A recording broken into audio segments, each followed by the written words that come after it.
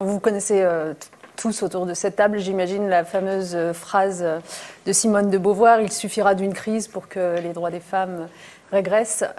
Et c'est vrai, une fois de plus, avec la crise du Covid-19 et avec les décisions politiques qui ont été prises de confinement, par exemple, ou de quasi-arrêt de l'activité économique et leurs conséquences, eh bien, ce sont les femmes qui ont été les plus touchées, les plus vulnérables.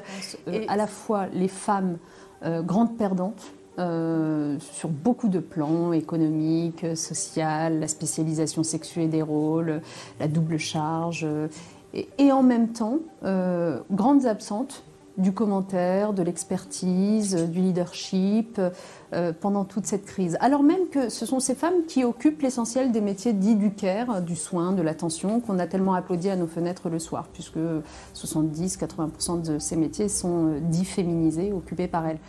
C'est clair qu'on a eu un découpage pendant le confinement, en particulier la gestion de la crise, qui a ressemblé à ça. Aux hommes l'expertise, aux hommes la publication d'articles sur le monde d'après, aux hommes le leadership politique et aux femmes finalement le contact avec les malades, avec les clients des supermarchés, avec la charge domestique qui a rebasculé quasi totalement sur leurs épaules, et on le sait. On a les femmes en télétravail ont subi cette crise parce que la charge domestique, parentale, etc. est revenue essentiellement sur leurs épaules à elles. Si encore on se disait c'est juste qu'elles ont été invisibles pendant la gestion de cette crise. Mais non, quand on creuse très rapidement, on se rend compte que non seulement elles ont été invisibles, mais en plus leur situation s'est considérablement dégradée. Pourquoi est-ce que ces métiers du care persistent à être si dévalorisés dans notre société ? C'est parce qu'ils persistent à être vus dans notre inconscient collectif comme une extension du champ domestique.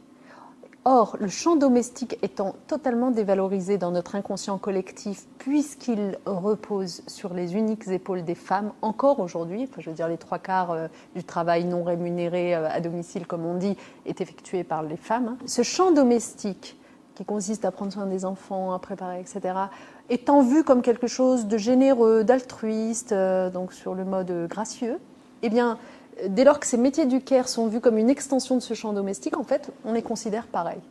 Et donc, j'aimerais qu'on revoie l'utilité sociale des métiers, qu'on comprenne que les rôles occupés par des femmes doivent être valorisés comme ceux qui sont occupés par d'autres, qu'on donne davantage la parole à ces voix-là. En tout cas, ce qui est sûr, c'est que la crise Covid-19 a immédiatement, malheureusement, remis en cause, franchement, des décennies de progrès pour l'égalité entre femmes et hommes, ce qui s'est particulièrement ressenti dans les pays en développement. C'est vrai que c'est un peu notre focale chez One. En réalité, si vous prenez les pays en développement, prenons cela, la situation économique des femmes, elles sont souvent soit sans emploi, soit dans une activité informelle, soit en statut de migrante, fait que c'est les premières affectées quand une crise advient. Elles n'ont aucun type de protection sociale. Leur situation à l'intérieur de la famille fait que ce sont elles qui prennent soin des enfants, des personnes âgées, donc c'est les premières infectées aussi. Tous ces dérèglements climatiques dont on est en train de parler les affectent, elles, en tout premier lieu. Mais quand vous prenez par exemple des épisodes comme le tsunami en Indonésie en 2004, eh bien, les principales victimes ont été des femmes. L'ouragan Katrina, même chose. Pourquoi est-ce que ce sont des femmes ? Parce qu'elles sont aussi empêtrées dans des tenues incommodes qui les empêchent de fuir dans certaines situations, qu'on ne leur a pas appris à nager ou à monter aux arbres, donc dans ce type de situation de crise, ça manque quand même cruellement, qu'elles sont auprès, encore une fois, des plus vulnérables, des plus jeunes, des plus âgés, donc elles sont retenues comme cela.